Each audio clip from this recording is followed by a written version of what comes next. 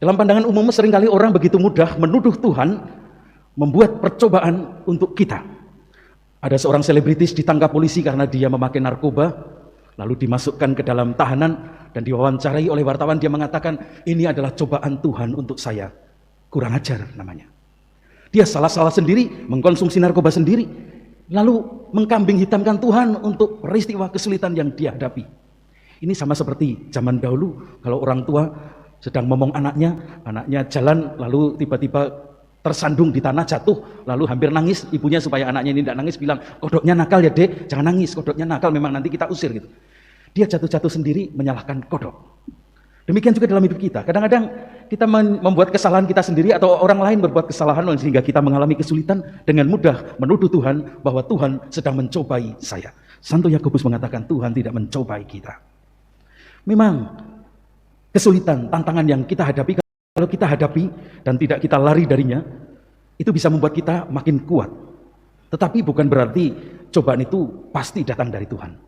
Maka kalau hari ini kita berhadapan dengan kesulitan, tantangan, mari kita tidak mengatakan, Tuhan kenapa engkau mencobai aku, bukan itu. Tapi mari kita berkata, Tuhan, saya berada dalam kesulitan. Saya mohon kekuatan agar kesulitan ini tidak menjadi batu sandungan bagi saya, tapi justru menjadi batu loncatan bagi saya untuk semakin dekat dengan engkau, untuk semakin berkembang dalam iman, harapan, dan kasih.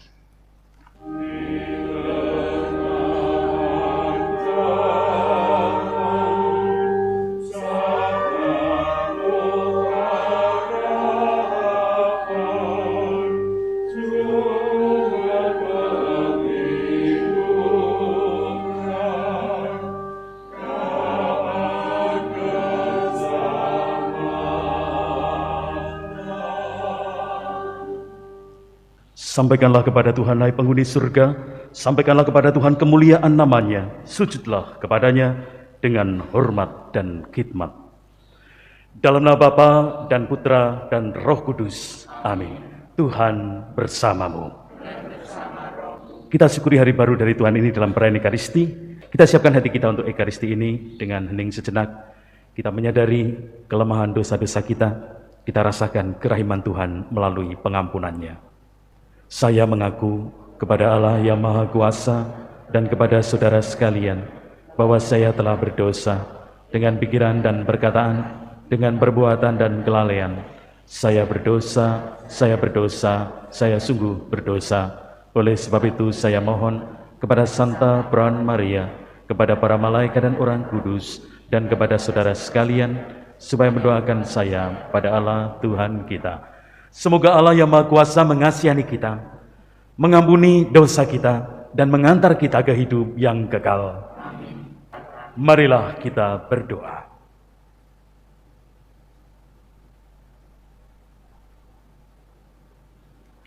Allah, Bapa sumber kehidupan, kami memuji-Mu atas segala anugerah-Mu. Sembuhkanlah kebutaan mata hati kami, agar kami dapat memandang Putra-Mu, cahaya kami, sebab Dialah Tuhan pengantara kami, yang bersama dengan Dikau dalam persatuan Roh Kudus, hidup dan berkuasa Allah sepanjang segala masa. Amin. Pembacaan dari surat Rasul Yakobus. Saudara-saudara terkasih, berbahagialah orang yang bertahan dalam pencobaan. Apabila tahan uji, ia akan menerima mahkota kehidupan yang dijanjikan Allah kepada setiap orang yang mengasihi Dia. Apabila seseorang dicobai, janganlah ia berkata, pencobaan ini datang dari Allah. Sebab Allah tidak dapat dicobai oleh yang jahat, dan Ia sendiri tidak mencobai siapapun. Tetapi setiap orang yang dicobai oleh keinginannya sendiri, karena ia diseret dan dipikat olehnya. Dan apabila keinginan itu telah dibuai, ia melahirkan dosa. Dan apabila dosa itu sudah matang, ia melahirkan maut. Saudara-saudara yang terkasih, janganlah sesat. Setiap pemberian yang baik dan setiap anugerah yang sempurna datangnya dari atas, diturunkan dari Bapa segala terang. Padanya tidak ada perubahan atau bayangan karena pertukaran. Atas kehendaknya sendiri, Ia telah menjadikan kita oleh sabda kebenaran, supaya pada tingkat yang tertentu kita menjadi anak sulung di antara semua ciptaannya. Demikianlah sabda Tuhan. Syukur kepada Allah. Berbahagialah orang yang Kau ajar, ya Tuhan. Berbahagialah orang yang Kau ajar, ya Tuhan. Berbahagialah orang yang Kau ajar, ya Tuhan, yang Kau didik dalam Taurat-Mu. Hatinya akan tenang di hari-hari malapetaka. Berbahagialah orang yang Kau ajar, ya Tuhan. Sebab Tuhan tidak akan membuang umat-Nya, dan milik usahanya tidak akan Ia tinggalkan.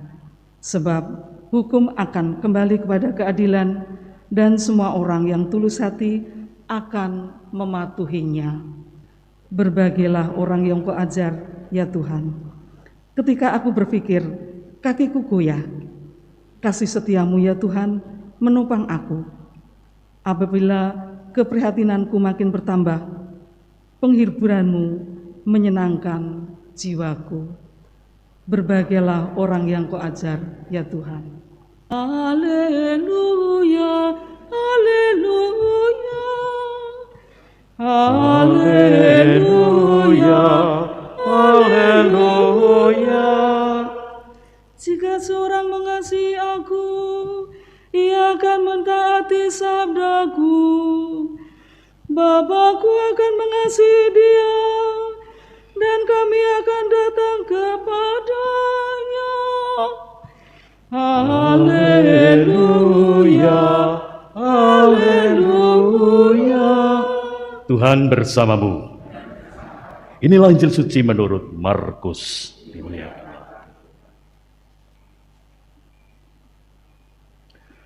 Pada suatu hari, murid-murid Yesus lupa membawa roti. Hanya sebuah roti saja yang ada pada mereka dalam perahu.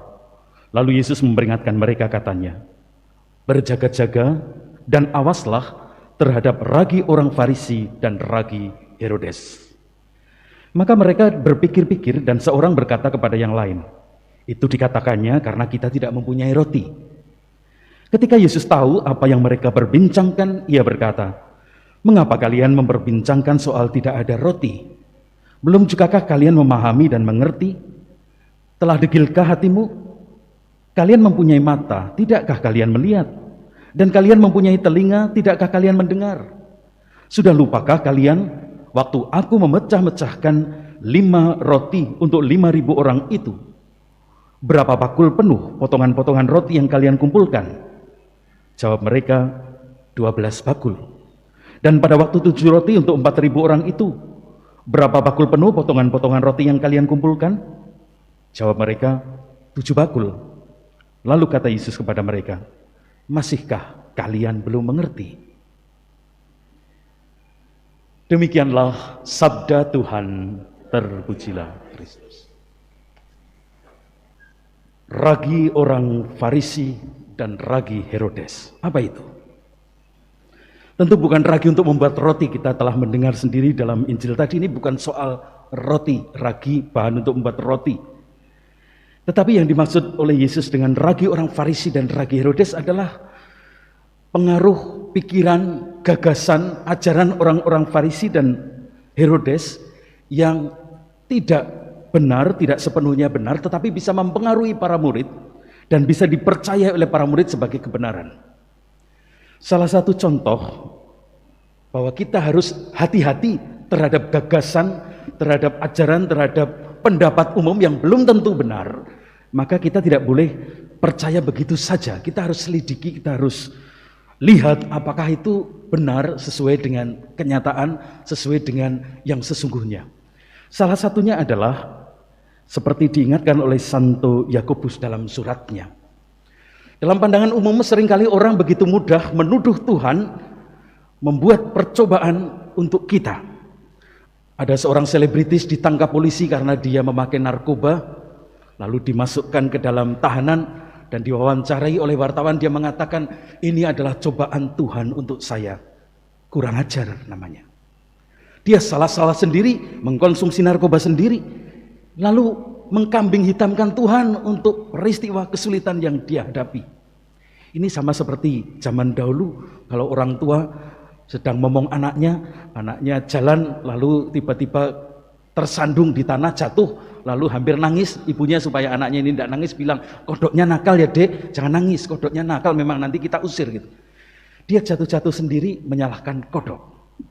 Demikian juga dalam hidup kita, kadang-kadang kita membuat kesalahan kita sendiri atau orang lain berbuat kesalahan sehingga kita mengalami kesulitan, dengan mudah menuduh Tuhan bahwa Tuhan sedang mencobai saya.